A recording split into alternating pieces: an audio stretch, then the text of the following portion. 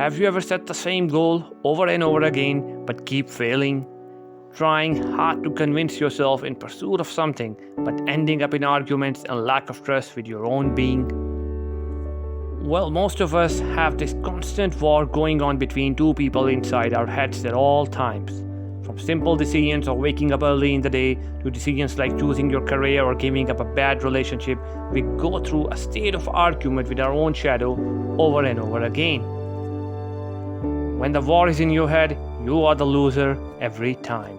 It doesn't matter how often you refight the battle or fight it in advance, you have ceded your peace of mind and anything else that might be available to you in the present moment.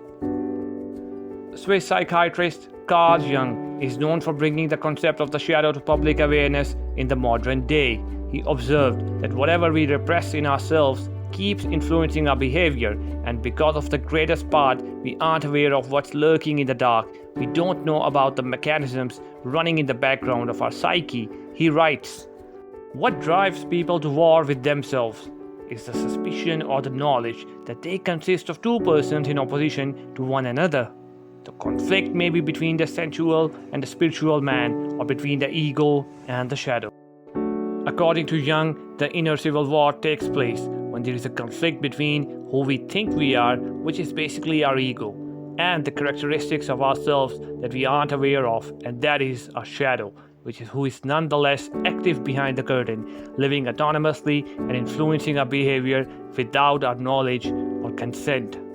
From a Jungian perspective, in order to help a patient, a doctor must approach this person with unprejudiced objectivity. A doctor cannot help a patient if he cannot accept him, regardless of his own morals and values. If a doctor passes his judgment on his patient's moral values, then not only he would end up hating his patient, but also would be unable to provide him any help. Now, opposite to this behavior, what we usually do is to constantly maintain a very aggressive and somewhat rude relationship with our inner self. We hate him for his wrongdoings, don't like to communicate with him at most times, and try to repress him the best we can. Jung proposed a solution to this problem of constant war between our ego and shadow by following two things. At first, we must become conscious of our shadow qualities. The vast majority of us are willfully blind regarding its existence. We hide our negative qualities not only from others, but from ourselves.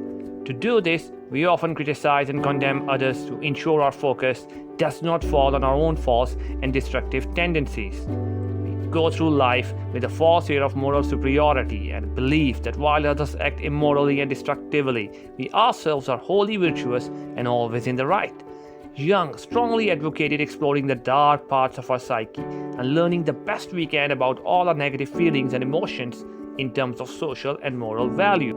The second step, which Jung wants us to take, is to accept our dark side with open arms, not as neglected and leftover aspect of ourselves, but as necessary and vital parts of our being. According to Jung, it is vital to realize that the task in life is not to become perfect, but to become whole, and that wholeness entails both good and evil, light and darkness. The achievement of wholeness in personality development requires we assimilate our shadow into our conscious personality. Once we become more aware of these dark aspects of ourselves, we must honor them and find a way to integrate them into our life. In failing to do so, one will become weak and scattered. One cannot serve two inner drives without dissipating his strength and energies. The shadow must become a part of one's conscious personality. One does not become enlightened by imagining figures of light, but by making the darkness conscious.